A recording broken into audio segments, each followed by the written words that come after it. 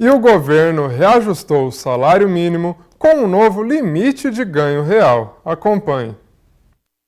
O governo federal estabeleceu o salário mínimo em R$ 1.518, R$ 106 a mais do que no ano passado. Este reajuste representa 7,5%. Essa decisão segue a política de valorização do salário mínimo, defendida por uma nova norma aprovada pelo Senado em dezembro de 2024. A nova regra mantém a correção anual pela inflação, medida pelo Índice Nacional de Preços ao Consumidor, o INPC, e limita o ganho real entre 0,6% e 2,5%. Para 2025, o governo aplicou o índice máximo de reajuste. Segundo o senador Rogério Carvalho, a maior conquista é garantir que todos os benefícios vinculados ao salário mínimo, como os previdenciários e assistenciais, recebam esse aumento real anual. Se mantida a fórmula anterior, o aumento seria baseado no crescimento do PIB de 2 anos anteriores, o que resultaria em uma taxa superior aos 2,5%, estabelecidos para 2025. A nova metodologia será aplicada de 2025 a 2030, visando equilibrar as finanças públicas enquanto promove um ganho real para a população. Matheus, a gente sabe que esse salário não é suficiente para suprir todas as necessidades, mas, de qualquer forma, é um aumento expressivo e importante para o trabalhador. Obrigado, Andréa. E dando continuidade ao assunto, nossa entrevista ao vivo de hoje é sobre o salário mínimo em 2025. E, para isso, recebemos no estúdio Fabrício Leite, que é economista. Fabrício, seja muito bem-vindo ao Informativo. Boa noite a todos que nos acompanham. Para a gente iniciar nossa entrevista, 2025, uma nova regra de reajustes, não é mesmo? Sim, temos essa nova regra que já entrou em vigor, né? Este ano já está em vigência, né? Como foi mostrado na reportagem, até 2030, que está dentro do pacote, né, de ajuste fiscal proposto pelo governo federal e aprovado pela Câmara e pelo Senado. E qual que é a importância disso para a economia? Era realmente necessário? Olha, eu vejo que a gente deveria ter um piso de crescimento real, mas não um teto, né?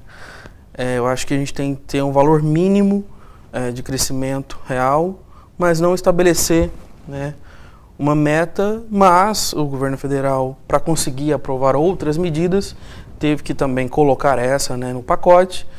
Então, foi necessário, né, para conseguir aprovar outras medidas. Fabrício, em nossa produção, né, a gente foi até as ruas ver as dúvidas da população, né, quando o assunto é salário mínimo. Então, vamos conferir a primeira dúvida. Eu gostaria de saber quando que vai ser esse aumento, qual a data exata para isso acontecer. Fabrício, então quando começa a valer, né, esse salário mínimo de 2025? Já está em vigência. A partir do dia 1º de janeiro já está em vigência esse novo valor. Então, a partir de fevereiro, o pessoal já deve começar a receber o salário referente ao mês anterior, correto? Sim. Agora vamos ver a segunda dúvida. É baseado em cima de quê esse aumento de salário? Entendeu? Se é sobre economia, se é produção pelo PIB, ou em cima do que é? Sim. Né, pelo PIB também e também pelo INPC, né? Tem esse crescimento e com essa limitação, né, de 0,6% a 2,5% sobre a inflação que nós observamos no último ano. E sempre foi assim? Não. A regra anterior era que se fazia um ajuste em cima do que tivemos de inflação, não, acredito que também pelo INPC, só que dos 2 últimos anos, né, sem um limite pré-estabelecido, né, tanto um piso quanto um teto. Então, fazia-se algum cálculo no Ministério da Fazenda com a aprovação do Senado e da Câmara, mas não tinha essa limitação como foi colocado agora. E por que já não cabia mais esse formato anterior? Na verdade, eu não sei se não cabia mais. né, eu acredito que, como eu já tinha até pontuado, que foi necessário se colocar, né, este piso, esse teto, para se conseguir aprovar outras medidas de ajuste fiscal que o governo precisava aprovar, né, no Congresso Nacional. E dentro deste pacote teve que ser inserida essa questão do salário mínimo. Então acho que mais ou menos por este caminho. Fabrício, a gente já está chegando ao final desse primeiro bloco, né? Para a gente encerrar, eu queria te perguntar se você acredita que esse salário, né, de 2025 é compatível ali com a realidade brasileira. Qual a análise que você faz? Não é muito abaixo, né, do que o trabalhador necessita. Temos o DIEESE, que faz um cálculo que em novembro do ano passado o salário mínimo necessário para atender, né, uma família seria de R$7.000, em torno de R$7.000. Então está extremamente longe do que a gente precisa para poder ter uma vida digna, né? Então pense um trabalhador que tem sua esposa, tem seus 2 filhos, trabalha o dia inteiro e vai receber R$1.518 no final do mês, supondo que ele receba um salário mínimo. Isso é muito pouco, né? Isso é muito pouco. Quem está em casa, que tem aluguel para pagar, tem supermercado para fazer, então muito longe, né, do que é o necessário para se viver bem. E o que explica essa diferença, né, de 1.518 para 7.000, como você mencionou? Olha, é muito complexo, né, você chegar e estabelecer o valor de R$7.000 e o impacto que isso tenha, sobretudo para as empresas conseguirem, né, pagar salários assim. A economia brasileira não está preparada, eu acredito, para realmente ter esse salário mínimo. Acho que poderiam ter ajustes maiores, né, mas dificilmente esses 7.000, acho que se o governo tenta impor um negócio desse, a economia vai para o brejo, né? Então, muito complexo a dificuldade realmente de implantar isso. Os impactos que seriam para conseguir o caixa do governo ajudar a bancar isso. E quais exemplos a gente pode mencionar ali, só para ficar mais claro, né, para as pessoas entenderem quais consequências ali na prática poderiam acontecer, né, se um reajuste maior acontecesse? As empresas talvez não conseguissem pagar salários, por exemplo, né? Talvez não conseguissem pagar salário, a inflação talvez, na verdade, muito provavelmente sairia de controle, e para tentar manter o controle teria que subir demais a taxa de juros, porque essa é a forma que o Banco Central tenta segurar os juros. Não é uma forma que eu concorde, mas é a forma que é adotada, né? Então a gente tem que trabalhar com a realidade. Então seria um descontrole muito grande, né, econômico no país. Excelente, Fabrício. A gente encerra aqui a primeira parte da nossa entrevista, né?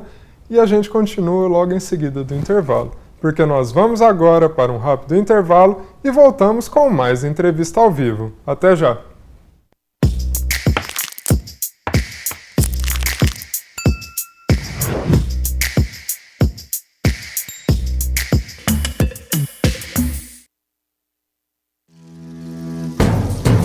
Onde está a sua liberdade? A nossa está declarada na bandeira. Bem-vindo a Minas Gerais, o estado brasileiro onde nasceu nosso primeiro grito de liberdade. Aqui, a natureza é livre e muda a cada quilômetro que você percorre. A arte é livre para ocupar as ruas, as igrejas ou o céu aberto. A cozinha é livre para misturar sabores e aromas de um jeito que é só nosso.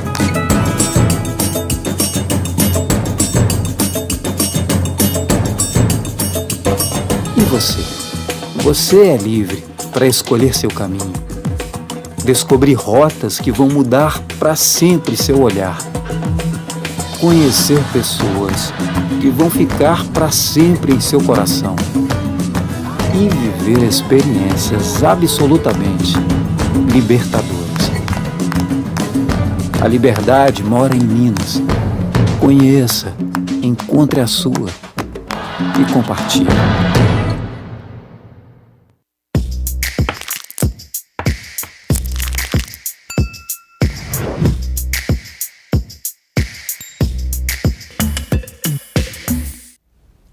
Estamos de volta com o Informativo TVU e damos sequência agora à nossa entrevista sobre o salário mínimo em 2025. Fabrício, qual que é a importância, do salário mínimo, da existência dele? Então, a gente precisa encarar o salário mínimo, Matheus, como uma ferramenta de distribuição de renda, como uma ferramenta até para que a população, sobretudo a mais pobre, tenha ganhos, que possa até gastar e consumir mais. Então, vamos trazer um exemplo histórico que é importante. Lógico, que nos últimos anos o programa Fome Zero, Bolsa Família foi muito importante, para conseguir distribuir um pouco mais de renda, mesmo que minimamente, e também para proporcionar à população um poder de compra um pouco maior. Mas a principal ferramenta, sobretudo do primeiro e do segundo governo Lula, também do governo da presidente Dilma, foi ganhos reais sucessivos no salário mínimo. Então, esses ganhos reais sucessivos de salário mínimo permitiu que os trabalhadores pudessem comprar TV, comprar um carro, financiar uma casa, poder viajar. Então, o salário mínimo é uma ferramenta muito importante, sobretudo para uma economia que é frágil como a nossa. Então, essa é a importância, na minha concepção, do salário mínimo. Você comentou a respeito dos governos, e quando a gente fala de política econômica, qual que é a influência, da política econômica nacional e internacional para esses valores, do salário mínimo? Olha, eu acho que é sempre muito importante pontuar que economia e política andam lado a lado. Quando uma vai bem, normalmente a outra também vai,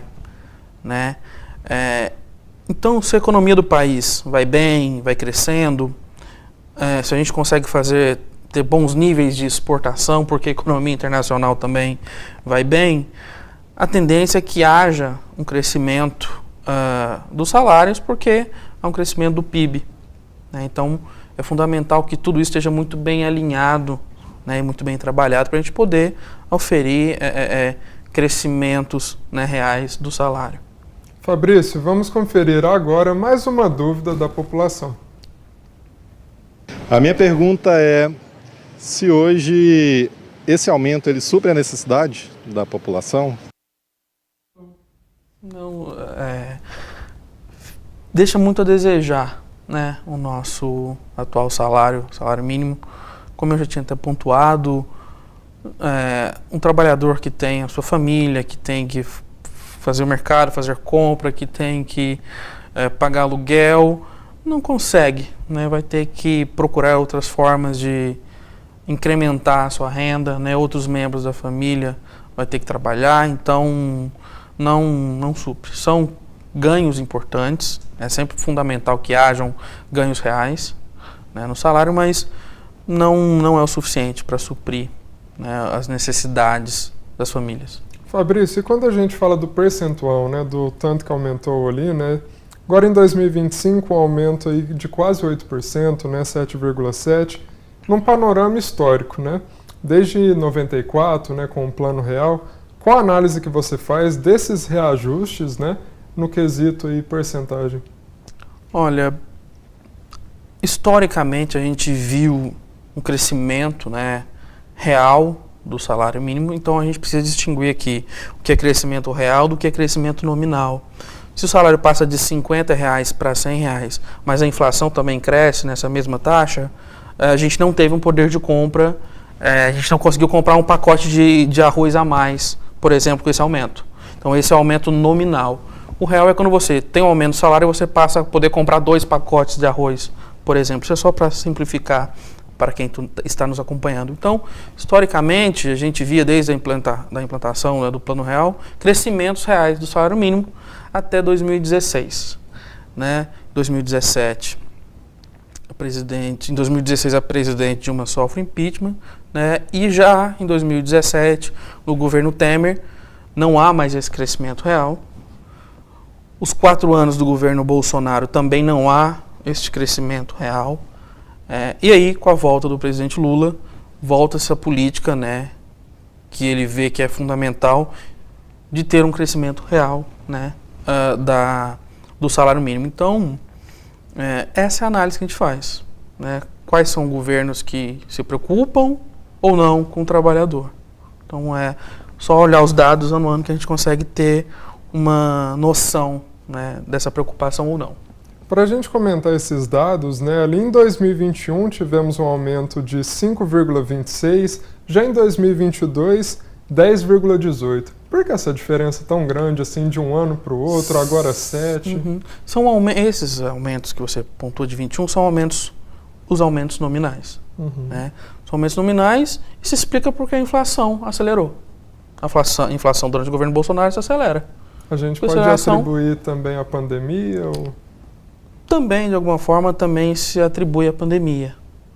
Né? Então, há uma aceleração da inflação e como não estava crescendo real, estava crescendo nominal junto com a inflação. Então, subiu a inflação, sobe o salário também. E subiu junto com a inflação, não subiu a mais.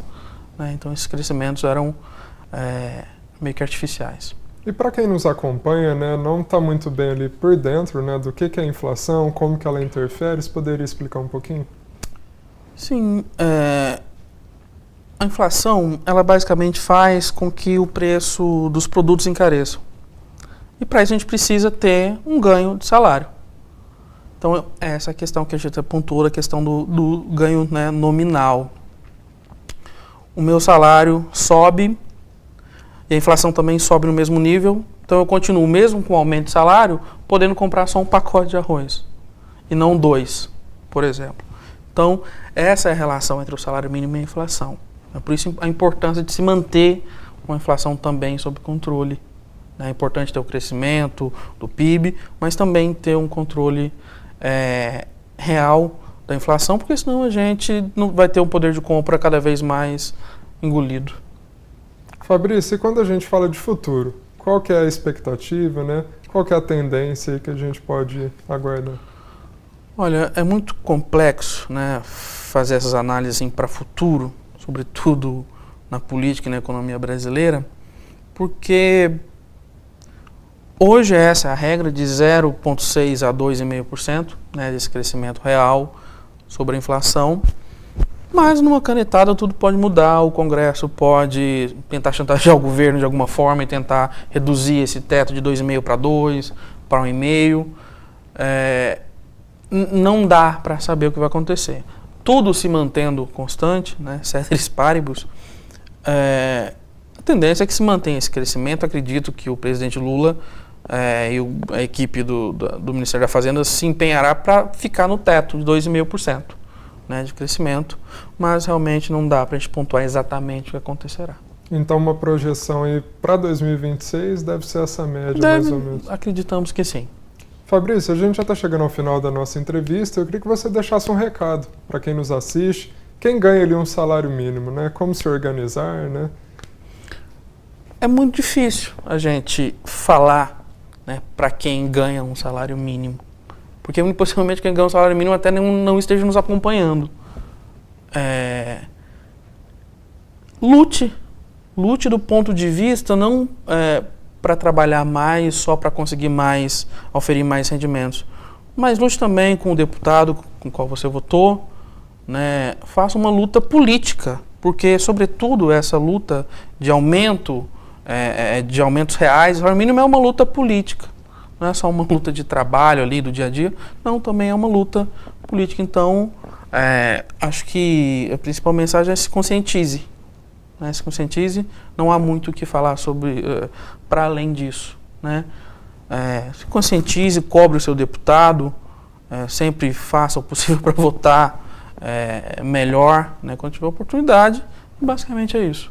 Excelente, Fabrício. Muito obrigado pela sua participação aqui no Informativo. Eu agradeço a disposição. Seja sempre bem-vindo.